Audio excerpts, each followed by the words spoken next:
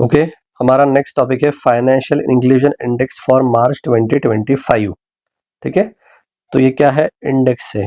किसको मेजर करने के लिए? फाइनेंशियल इंक्लूजन को मेजर करने के लिए। और न्यूज़ में क्यों है? क्योंकि मार्च 2025 का रिसेंटली पब्लिश किया गया है।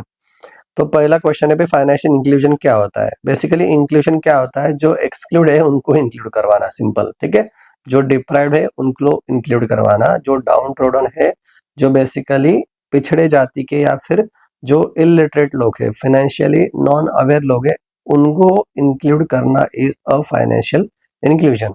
अगर आपको एग्जाम में लिखना है डेफिनेशन, तो ये चीज लिखना कि financial inclusion is defined as availability of affordable financial products and services to meet needs of individuals and business in responsible and sustainable way। ठीक है, तो फाइनेंशियल प्रोडक्ट एंड सर्विसेज को अवेल करना अफोर्डेबली, ताकि वो अपनी नीड्स को मीट कर सके रिस्पॉन्सिबल वे में और सस्टेनेबल वे में। It supports entrepreneurship. बराबर, अगर फाइनेंशियल इंक्लूजन हुआ तो भाई वो खुद का धंधा चालू कर सकते हैं, जैसे कि सेल्फ हेल्प ग्रुप वाले काम करते हैं। बराबर है, कोई भाई अपनी बर्तन की दुकान डालता है, कोई बाकी कोई दुकान डालता है।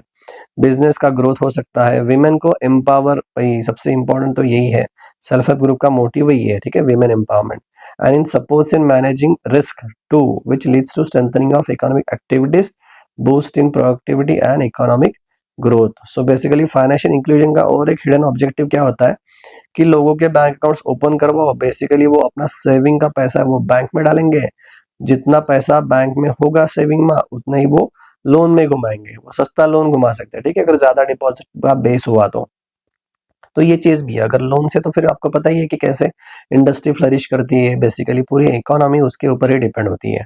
ठीक है, तो greater financial inclusion is a crucial for wider inclusive and sustainable growth. Therefore measure of financial inclusion is also necessary.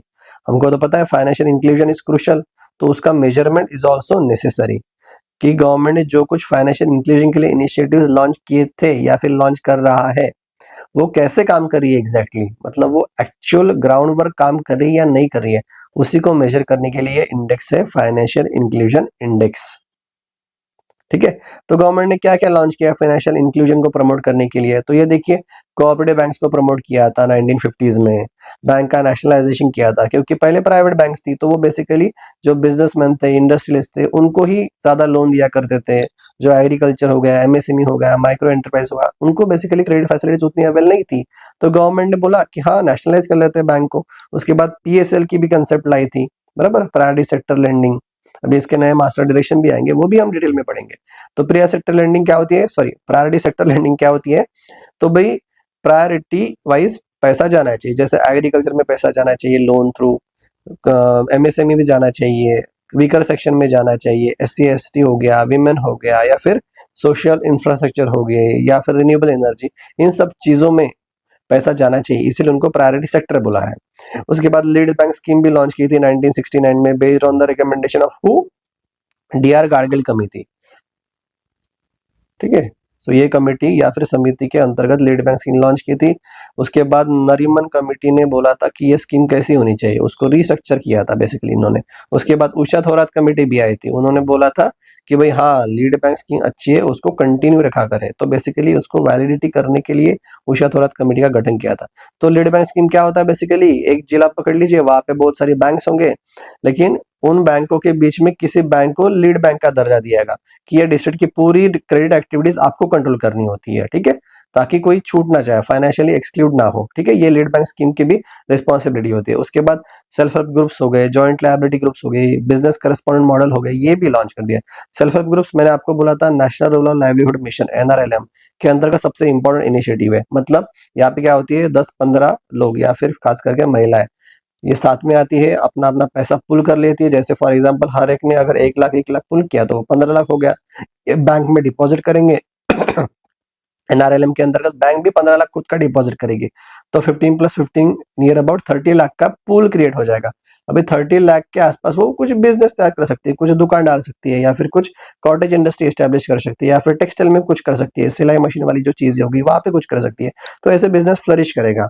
तो ये भी फाइनेंशियल इंक्लूजन के लिए लॉन्च किया था। बीसी मॉडल क्या होता है? बैंकिंग करस्पॉन्डेंट, बिजनेस करस्पॉन्डेंट, जहाँ पे भाई बैंक का रीच है नहीं, बैंक ब्रांचेस है नहीं, वहां पे ये अपना बंदा भेजते हैं बैंक वाले। ठीक है, आपने देखा होगा गांव में भाई ये अपनी साइकिल या फिर टू व्हीलर निकाल के गांव गांव में घूमते हैं, वहां से पैसा कलेक्ट करते हैं। प्रधानमंत्री जनधन योजना लॉन्च किया गया था, जीवन ज्योति बीमा योजना, सुरक्षा बीमा योजना, अटल पेंशन योजना, उसके बाद जनधन आधार मोबाइल इनिशिएटिव, ये सब इनिशिएटिव लॉन्च किए थे। नचिकेत मोर कमेटी के रिकमेंडेशन के ऊपर payment bank small finance bank भी लॉन्च किया था फाइनेंशियल इंक्लूजन को। माइक्रो फाइनेंस इंस्टीट्यूशंस भी प्रमोट किए गए थे, क्योंकि जिनको कोई फाइनेंस नहीं करता है वो बेसिकली माइक्रो फाइनेंस इंस्टीट्यूशन उनको कैटर करते हैं, जैसे कि बंधन आपको पता है सिडबी ने एस्टेब्लिश किया था माइक्रो फाइनेंस वाले। उसके साथ साथ आरबीआई का भी कुछ काम बनता है, national strategy for financial inclusion, national strategy for financial education. ये बेसिकली सब इनिशिएटिव्स इसीलिए लॉन्च किए गए थे कि कोई भी फाइनेंशियली एक्सक्लूड ना रहे, सभी के सभी फाइनेंशियल इंक्लूजन होना चाहिए। ये सब इनिशिएटिव हम डिटेल में पढ़ेंगे कभी बाद में, लेकिन अभी आज का टॉपिक है हमारा कि फाइनेंशियल इंक्लूजन इंडेक्स। तो ये सब जो इनिशिएटिव लॉन्च किए थे ये सच में काम कर रहे हैं या नहीं कर रहे हैं, इसी को तो मेजर करना है। तो यही है फाइनेंशियल इंक्लूजन इंडेक्स। तो भाई इसको कैसे मेजर करा जाए, तो 2017 में गवर्नमेंट ने एक टास्क फोर्स का गठन किया था, ठीक है। तो उनको बुला दिया गया था भी हमने ये इनिशिएटिव लॉन्च किए हैं, तो ये सच में काम कर रही है या नहीं कर रही है ये मेजर करना है, तो आप एक इंडेक्स प्रिपेयर करो। तो वो टास्क फोर्स ने अगस्त 2020 में रिपोर्ट दी थी, उसके कुछ रिकमेंडेशन एक्सेप्ट किए गए और कुछ ऐड भी किए गए। जैसे फॉर एग्जांपल उन्होंने बोला होगा कि फाइनेंशियल एक्सेस है या नहीं है, उसके बाद बात लोग यूज कर रहे हैं या नहीं है, तो एक्सेस और यूसेज वाले उन्होंने पैरामीटर दिए थे। लेकिन इन्होंने बोला कि नहीं यार हम एक नया भी ऐड कर लेते क्वालिटी, ठीक है। तो ये चीजें भी ऐड करी गई थी, ये थोड़ा समझेगा थोड़े टाइम में, ठीक है।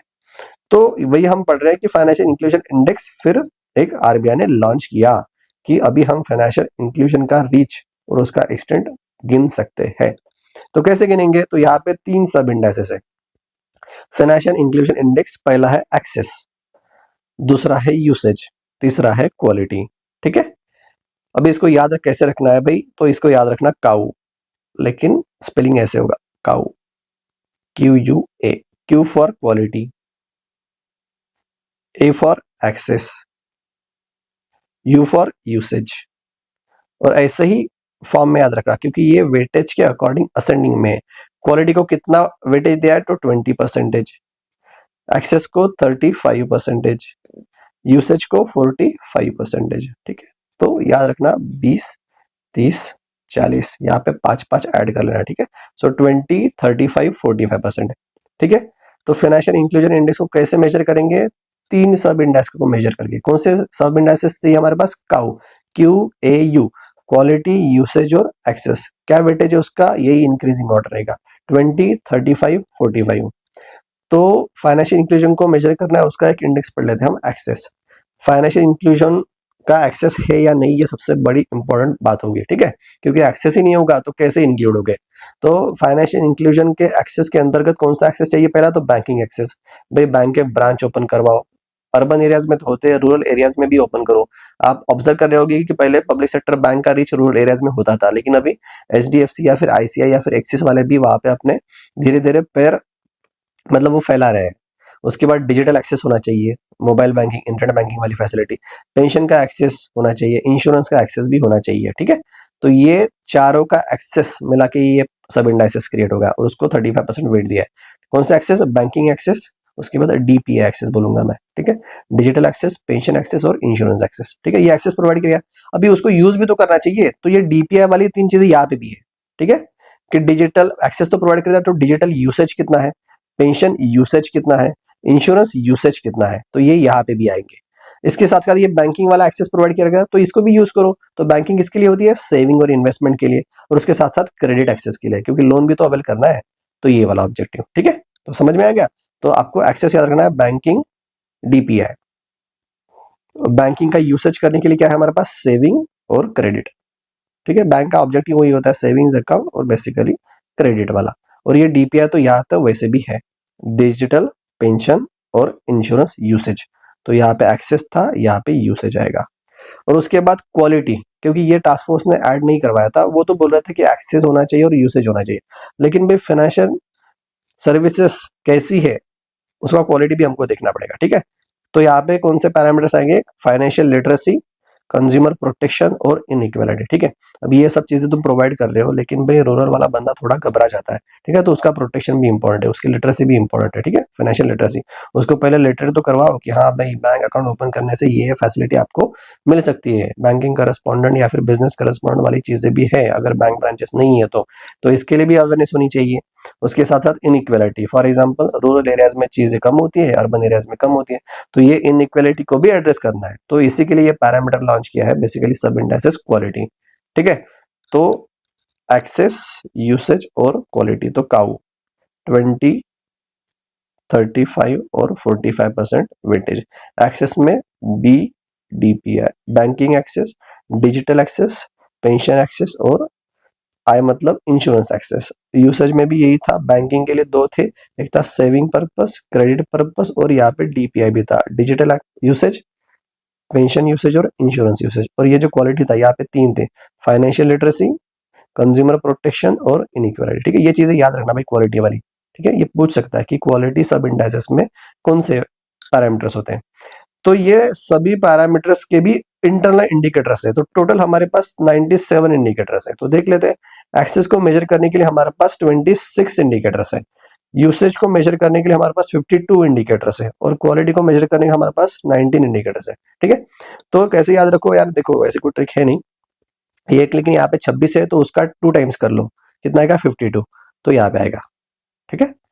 और यहाँ पे 20% वेटेज है तो उसके आसपास का ही 19, तो 19 इंडिकेटर्स, तो 26 इंडिकेटर्स, उसका डबल 52 और उसका 19, ठीक है। अगर कोई ट्रिक है आपके पास तो आप कमेंट में मेंशन करिए, मुझे भी हेल्प हो जाएगी पढ़ाने के लिए। और इसको अगर ऐड करेंगे तो हमारे पास आएंगे टोटल 97 इंडिकेटर्स, ठीक है। तो ये 97 इंडिकेटर्स का वेटेज करके ही फाइनेंशियल इंक्लूजन इंडेक्स आता है। तो यहाँ पे 26 इंडिकेटर्स, 52 इंडिकेटर्स, 90 इंडिकेटर्स, ये सप्लाई साइड मेजर गिनता है बराबर, क्योंकि ये एक्सेस कौन प्रोवाइड करेगा, गवर्नमेंट, बैंक, RBI, ये वाली चीज है। और ये डिमांड साइड, ये आके हम कैसे यूज कर रहे हैं, ये वाली 52 इंडिकेटर्स। तो ऐसे out of total 97 indicators, 90 are primary indicators and 7 are inequality measure indicators. ये भी अगर डिटेल में जाए तो पूछ सकता है कि इनइक्वालिटी मेजर करने के लिए कितने इंडिकेटर्स है फाइनेंशियल इंक्लूजन इंडेक्स में, तो 7। तो इन सभी का वेटेड एवरेज निकाला जाएगा, ज्योमेट्रिक मीन निकाला जाएगा, और आपको मिल जाएगा एक इंडेक्स जिसका नाम है financial inclusion index. So it is constructed based on 97 indicators, बराबर। तो इसका कुछ वैल्यू आएगा, तो वैल्यू कैसे रेंज करेगा, 0 to 1 में, बराबर। 0 मतलब जीरो इंक्लूजन, बराबर, मतलब कंप्लीट एक्सक्लूजन, और 100 मतलब 100% इंक्लूजन, मतलब फुल इंक्लूजन, ठीक है। पहले कब पब्लिश किया था, अगस्त 2021 में, किसके लिए, लेकिन मार्च 2021 तक क्या स्थिति थी, ये अगस्त 21 में पब्लिश किया गया था। तो कैसे गिना जाता है, मैंने बोला था कि ऊपर हमारे पास 97 इंडिकेटर्स है, तो हर इंडिकेटर का ऐसे एक नॉर्मलाइज्ड वैल्यू निकाला जाएगा, और ये कॉम्प्लेक्स फॉर्मूला के अंतर्गत ये देखिए यहाँ पे ज्योमेट्रिक मीन निकाला जाएगा। तो एक फाइनेंशियल इंडेक्स ऑफ डिमेंशन हो जाएगा x1 + x2 divide by 2।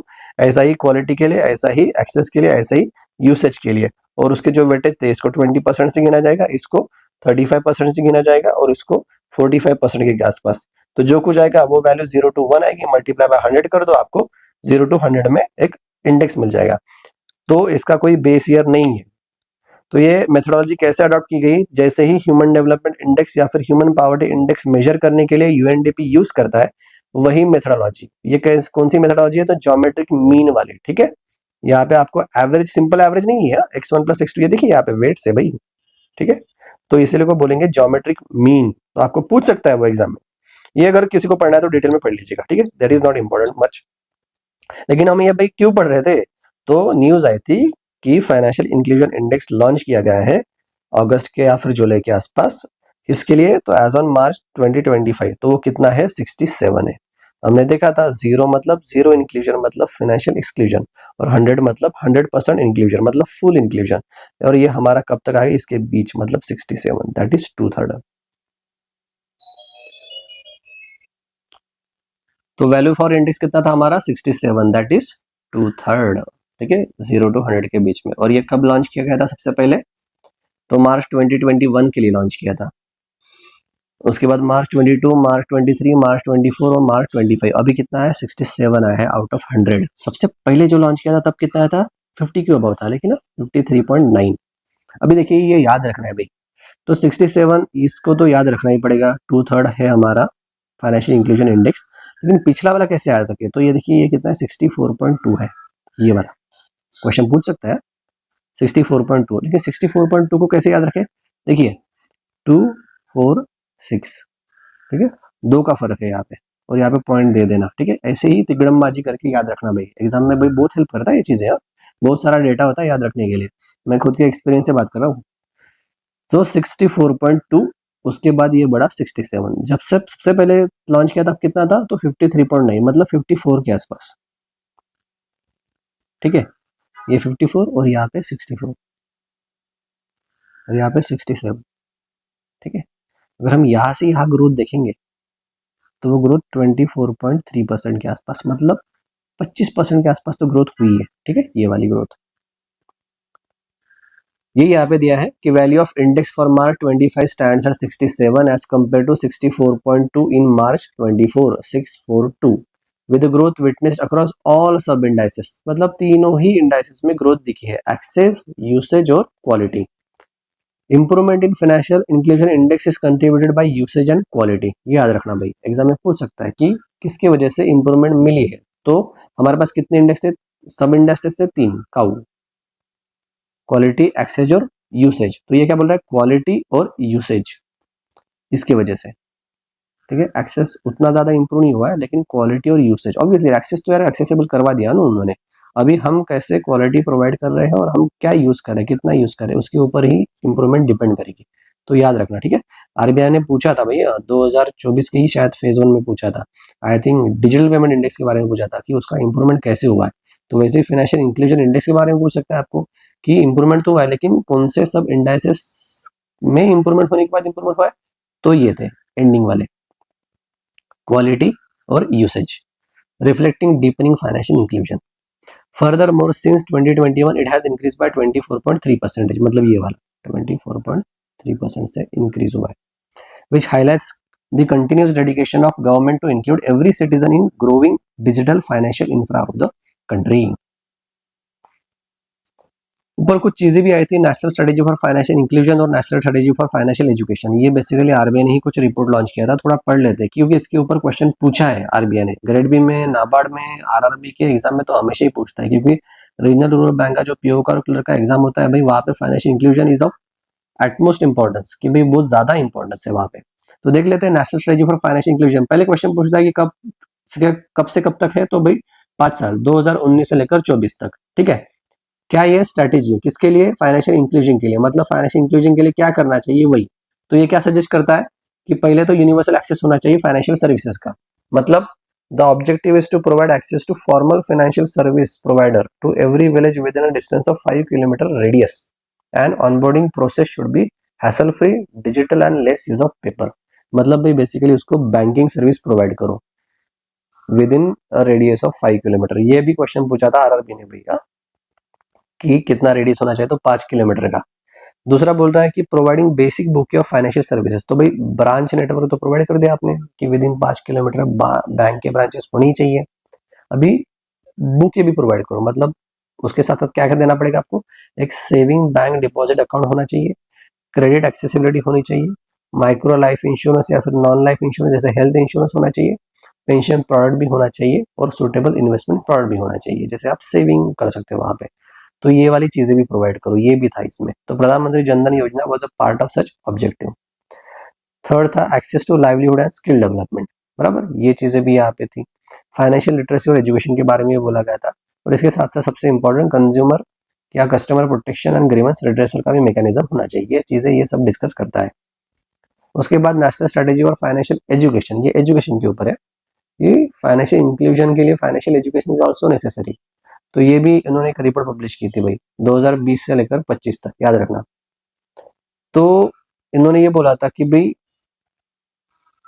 It ensures that work of different stakeholder is align and progressive. तो ये 5C अप्रोच के ऊपर काम करता है। ये आरबीआई ने भाई पूछा था फेज 1 में, कब पूछा था, तो आई थिंक 2021 के फेज 1 में पूछा था कौन सा सी अप्रोच था करके, तो 5C या ऐसे कुछ तो भी ऑप्शन थे, 4C 6C, मैंने उस टाइम पे तुक्का भरा था 6C, ठीक है, जो रॉन्ग था। तो 5C अप्रोच था national strategy for financial education में। अभी 5C कौन सा है ये पूछ सकता है। तो पहला content, capacity, communication, community, collaboration. ठीक है, याद रखना भाई, content, capacity, communication, collaboration, community.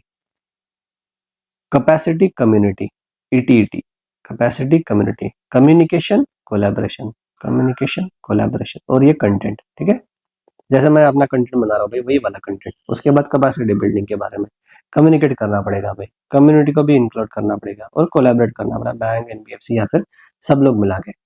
ठीक है, तो ये सब चीजें हमने पढ़ ली है नेशनल फाइनेंशियल इंक्लूजन इंडेक्स। एक थोड़ा हल्का सा रिवीजन कर लेते हैं, लेकिन थ्रू एमसीक्यूज। एक ओवरव्यू रिवीजन कर लेते हैं फटाफट, उसके बाद एमसीक्यू देंगे।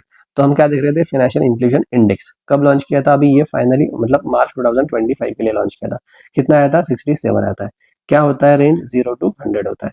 0 मतलब क्या होता है कि जीरो इंक्लूजन मतलब एक्सक्लूजन, 100 मतलब फुल इंक्लूजन। हमको कितना स्कोर मिला अभी, 67। जब लॉन्च किया था तब कितना था, 53.9 मतलब 54 के आसपास। और जो पिछले साल का था वो कितना था, 642, यहाँ पे पॉइंट 64.2 के आसपास। तो फाइनेंशियल इंक्लूजन इंडेक्स कैसे गिनते हैं, तो हमारे पास 3 सब इंडेक्सेस होते हैं। ठीक है, 1 2 3। कैसे याद रखेंगे, मैंने बोला था काउ, क्वालिटी, यूसेज, एक्सेस। इनका वेटेज 20%, 35% और यहाँ पे 45%। क्वालिटी को गिनना है तो कितने सब पैरामीटर्स थे हमारे पास, 3 थे। फाइनेंशियल लिटरेसी थी, कंज्यूमर प्रोटेक्शन भी था और इनइक्वालिटी भी थी। और यहाँ पे 4 थे हमारे। ठीक है, पहले तो बैंकिंग एक्सेस था, उसके बाद डिजिटल एक्सेस, उसके बाद पेंशन एक्सेस, उसके बाद इंश्योरेंस एक्सेस। और यहाँ पे यूसेज, बैंकिंग के लिए कौन सा यूसेज आएगा, सेविंग यूसेज, और यहाँ पे इन्वेस्टमेंट यूसेज। और सेम डीपीआई तो नीचे थी, डिजिटल यूसेज, पेंशन यूसेज और इंश्योरेंस यूसेज। ठीक है, तो ये सब बेसिकली कितने इंडिकेटर्स थे, तो एक्सेस के लिए नियर अबाउट 26 इंडिकेटर्स थे, यूसेज के लिए डबल थे, 52 इंडिकेटर्स थे, और क्वालिटी के लिए नियर अबाउट 19 इंडिकेटर्स थे। अगर इनको ऐड करेंगे तो टोटल कितने इंडिकेटर्स समझाएंगे, तो 97 इंडिकेटर्स। तो हर इंडिकेटर्स का नॉर्मलाइज्ड वैल्यू करेंगे और उसका वेटेड मीन या फिर वेटेड एवरेज निकाल के हम बेसिकली फाइनेंशियल इंक्लूजन इंडेक्स निकालेंगे। ठीक है, ये बेसिकली ज्योमेट्रिक मीन होगा कि क्वालिटी, एक्सेज एंड यूसेज, इसका बेसिकली ये ऐसे कुछ तो भी होता है। ठीक है, तो ऐसे इंडेक्स आ जाएगा हमारा, कितना आ गया, 67 आ गया है। तो देख लेते हैं क्वेश्चंस। पहला क्वेश्चन है हमारा, what is the primary objective of financial inclusion as defined in the context of FI index. तो ये आएगा, ensuring availability of affordable financial services in a responsible and sustainable way. ठीक है, ईजी है, थोड़ा देख लेना यार, अभी मैं पूरा नहीं पढ़ रहा हूँ। उसके बाद financial inclusion index is a composite index measured on a scale of 0 to 100। इसमें बेस ईयर होता नहीं है। 0 मतलब जीरो इंक्लूजन, 100 मतलब 100% inclusion. Which of the following is not one of the 3 सब indices of the financial index. भाई मैंने बोला था ट्रिकाउ, क्वालिटी, एक्सेस और यूसेज। तो एक्सेस है, यूसेज है, क्वालिटी है, affordability is not the one. The methodology for constructing FI index is similar to the approach used by UNDP for which index। तो दो थे हमारे पास, ह्यूमन डेवलपमेंट इंडेक्स और बेसिकली ह्यूमन पॉवर्टी इंडेक्स। ये भाई इसका मकसद यही था कि ज्योमेट्रिक मीन होता है। ठीक है, एग्जाम में अगर पूछेगा तो अलजेब्रिक मीन है क्या, अलजेब्रिक एवरेज क्या है। अलजेब्रिक एवरेज मतलब क्या होता है, x plus y divide by 2। और ज्योमेट्रिक मतलब क्या होता है, नहीं यार, x इंटू वाई और उसका ये रूट लेंगे, ऐसे कुछ तो भी। What was the value of financial inclusion index for March 25, मैंने बोला था ये 67। ठीक है, 2/3 के आसपास आ रहा था। उसके पहले कितना था, 64.2, 642, और सबसे पहले कितना था, 53.9। The improvement in financial inclusion index was primarily contributed bye, मैंने बोला था कितने काउ है, तो ये और ये पकड़ के, मतलब क्वालिटी, उसके बाद यूसेज, क्योंकि ये तो भाई प्रोवाइड करवा दिया उन्होंने, अभी इसके ऊपर ही है। ठीक है, तो क्वालिटी और यूसेज मतलब third option. Which of the following is objective of national strategy for financial inclusion. ये कब से कब तक थी, 19 से लेकर 24 तक। तो पहला था to provide financial service within 10 नहीं यार, 5 किलोमीटर होता तो होता। Basic bouquet of financial service to every willing and eligible adult. यहाँ ये भैया कि उस बुके में क्या क्या होना चाहिए, एक बैंक अकाउंट ओपन करवा दो, उसके बाद एक इन्वेस्टमेंट का रास्ता भी होना चाहिए, सेविंग इन्वेस्टमेंट करो, एफडी करो, कुछ करो, क्रेडिट प्लान भी होना चाहिए कि हाँ लोन अवेल कर सकते हो, माइक्रो इंश्योरेंस या फिर non life insurance, pension facilities, ऐसा बेसिकली फाइनेंशियल बुके प्रोवाइड करना है उनको, गांव वाले लोगों को या फिर बाकी किसी भी लोगों को। PMJDY is directly link to which of the following objective, तो भाई ओपन करना है बैंक अकाउंट, तो प्रोवाइडिंग बेसिक बुक है। National strategy for financial education, education है 25 जो 20-25 is build around which approach, तो मैंने बोला था भाई 5C अप्रोच। सी मतलब कंटेंट, दूसरा सी मतलब कम्युनिकेशन कोलैबोरेशन, और उसके बाद ईटीईटी था मतलब कौन सी थी, कैपेसिटी और कम्युनिटी। तो ये आएगा 5C approach, content, capacity, community, communication, collaboration. याद रखना, एग्जाम में आ सकता है। When was the FI index first publish by RBI? तो फर्स्ट कब पब्लिश किया था भाई? 2021 में। और कौन सा 2021 था? वो अगस्त 21 था। ठीक है, याद रखना भाई। देखिए, डिजिटल पेमेंट इंडेक्स सबसे पहले कब लॉन्च किया था? तो 1 जनवरी 2021 को लॉन्च किया था। उसका बेस ईयर था भाई, ठीक है, कि मार्च 2018 वाज अ बेस ईयर। और फाइनेंशियल इंक्लूजन इंडेक्स सबसे पहले कब लॉन्च किया था? तो अगस्त 21 में था। ये फर्क है। आपको पूछ सकता है कंपैरेटिव करके कि यहाँ पे डीपीआई दिया, यहाँ पे एफआई दिया है करके। इसका बेस ईयर है क्या फाइनेंशियल इंक्लूजन का? नहीं, बेस ईयर नहीं है, तो वैल्यू है 0 to 100। ये तो बेस ईयर है 18 और यहाँ पे 100 करके स्कोर होता है। तो इसके ऊपर कितना हुआ है उसके ऊपर, जैसे हमारे पास अभी था 493.22 के आसपास, तो 4.9 टाइम्स बढ़ा है। यहाँ पे ऐसे कुछ है नहीं, यहाँ पे 0 to 100 में स्केल गिना जाता है। Financial inclusion index is constructed based on how many indicators? तो मैंने बोला था 97 इंडिकेटर्स है। और कैसे डिवाइड थे वो? मैंने बोला था मैंने वो क्वालिटी, एक्सेस, यूसेज। यहाँ पे थे 19 इंडिकेटर्स, यहाँ पे थे 26 और इसका डबल मतलब 52। तो ऐसे करके टोटल था 96। यहाँ पे भी हमने देखा था कि ये 90 प्राइमरी इंडिकेटर्स थे और जो 7 थे वो इन इक्वलिटी को रिप्रेजेंट कर रहे थे। Which government body constitute task force? The government of India, ministry of finance रहेगा भैया। According to NSFI, what is the targeted distance for universal access to financial service unit? तो मैंने बोला था रेडियस कितने का? तो 5 किलोमीटर का रेडियस होना चाहिए। Every village with in 5 kilometre radius एक बैंक ब्रांच होना चाहिए। What does quality dimension added to the FI index primarily capture? Quality dimension क्या करता है? तो नंबर ऑफ बैंक ब्रांचेस पर 1000 नहीं, हाँ ये फाइनेंशियल लिटरेसी, कंज्यूमर प्रोटेक्शन, ठीक है, या फिर इनइक्वलिटी, ये चीजें वो कवर करता है। जैम ट्रिनिटी मतलब क्या होता है? जनधन आधार मोबाइल, ये तो पता है। By what percent had FI index increase between 21 to 25? तो हमने देखा था 24.3% इंक्रीज हुआ है, क्योंकि 2021 में कितना था? 53.9 था, और 2025 में कितना था? ये बनाया पे 67। तो ये जो ग्रोथ है ये है 24.3%। 17, which of the following is a key focus area of national strategy for financial education? तो की फोकस एरिया क्या था? Developing related content for financial literacy. हमने देखा था ना भाई, 5C अप्रोच था, तो सी में से क्या था? कंटेंट था। 18, the concept of basic book and financial services under national strategy और फाइनेंशियल डज नॉट इंक्लूड। तो ये बुके में क्या नहीं था? Basic saving bank deposit account, देखिए इसका शॉर्ट फॉर्म रहेगा हमेशा basic saving bank deposit account, BSBDA, ये शॉर्ट फॉर्म यूज करते हैं नॉर्मली। पेंशन प्रोडक्ट था, ये भी था। क्रेडिट कार्ड नहीं था भाई वहां पे। Micro life and non life insurance product भी था, ठीक है। So answer is 3।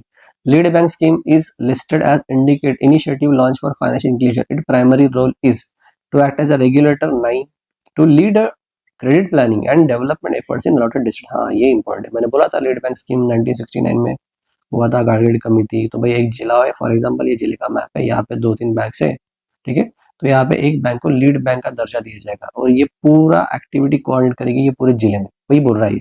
It will lead a credit planning and development efforts in allotted district। The normalization of indicator for FI index is done with respect to the case where no financial services are available। ठीक है, क्योंकि यहाँ पे base year नहीं है, इसलिए तो base year नहीं है इनका। Okay, so that's it for today guys about financial inclusion index. ठीक है, एग्जाम के लिए बहुत ज्यादा इंपॉर्टेंट है भाई, रट लेना, याद रख लेना। मैंने ट्रिक भी बताई कैसे याद रखनी है, क्या याद रखनी है, तो भूलना मत चीजें, ठीक है।